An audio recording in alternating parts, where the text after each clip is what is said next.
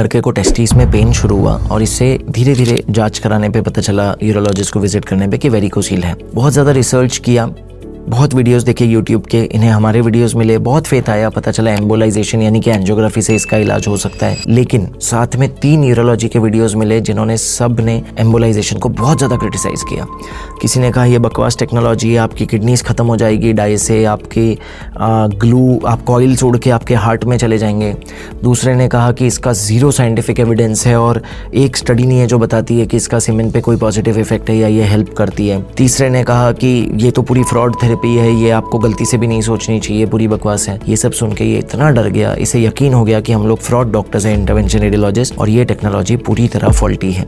जैसा पहले डॉक्टर ने गाइड किया, ये लैप्रोस्कोपिक सर्जरी के लिए गया। डॉक्टर से 6 हफ्ते से 12 हफ्ते तक बताता रहा, सर वैसी की वैसी वेन्स है, पेन भी वैसे का वैसा है, कुछ अगर हुआ है तो पेन बढ़ा ही है, कम नहीं हुआ है। डॉक्टर ने कहा हो जाएगा, टाइम दो। 3 महीने बाद डॉपलर कराया, ग्रेड 3 रिकरेंस।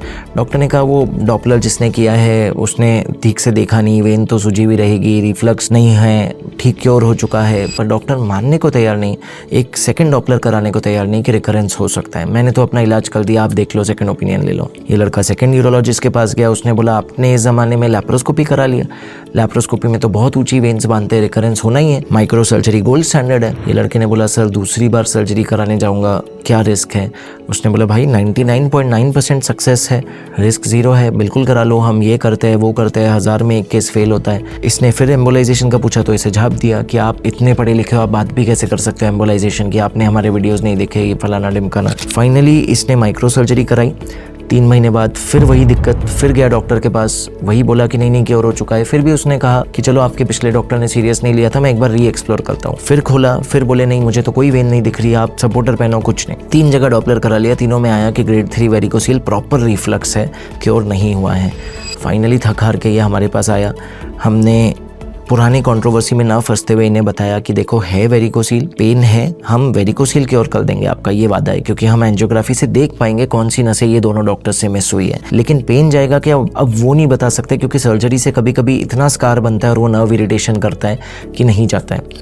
हमने इनको OT टेबल पे लिया, अब हम इनका वेरिकोसील एम्बोलाइजेशन दिखाते हैं। थाई में छोटी सी नीडल से एक शीथ पाक कर दी, एक पतली तार किडनी की वेन में ले गए, वहाँ से टेस्टिस की वेन में ले गए, डाई इंजेक्ट किया, प्रेशर लगाने बोला, पूरा डाई टेस्टिस तक गया, जैसे कभी कोई सर्जरी हुई ना हो, पूरी की पूरी वेन और उसके ब्रांचेस खुले थे। मुझे नहीं पता ये दोनों so called famous YouTube doctors, एक लैप्रोस्कोपी स्पेशलिस्ट, एक माइक्रो सर्जरी स्पेशलिस्ट, इन्होंने क्या बांधा या क्यों 3 बार खोलने के बाद इन्हें मिली नहीं कि ये वेन कैसे बांधनी है। बट एनीवेज मैं उसमें कंट्रोवर्सी में आगे नहीं फंसूंगा। हम एक पतली तार ले गए, पतली वेन में जो रिकरेंट कर रही थी, स्क्लेरोजेन डाला ताकि रिकरेंस कम हो, इस बार कोई रिस्क नहीं लेना है। ग्लू से पूरी वेन बंद की और एंड में एंजियोग्राफी पे चेक किया कि कोई रिकरेंस, कोई बैक फ्लो, कुछ भी नहीं है। अब मुझे पूरा यकीन है कि इनको क्योर होगा, ऐसा मैंने तब सोचा। उस बात को 48 घंटे ही नहीं हुए थे और इन्होंने खुद यूट्यूब पे लिखना शुरू कर दिया कि सर ये मैजिकल स्पेशलिटी है, मेरा ऑलरेडी 2 दिन में क्योर हो चुका है। लेकिन हमने उन्हें बोला थोड़ा धैर्य रखो, 3 महीने बाद सोनोग्राफी करते हैं। 3 महीने बाद स्क्रॉटल डॉपलर पे पूरी तरह वेरिकोसील क्योर्ड था, वेन्स कोलैप्स थी, रिफ्लेक्स बिल्कुल नहीं था और ये क्योर्ड थे। पॉइंट ये है कि प्लीज़ आज ऐसा ज़माना है जहाँ ये हम नहीं कह सकते कि वो डॉक्टर ने मिसगाइड कर दिया। हर डॉक्टर का एक इंस्टिंक्ट होता है कि मेरा फील्ड, मेरा स्पेशलिटी बेस्ट है, मेरा हाथ बेस्ट है, बाकी सब बकवास है।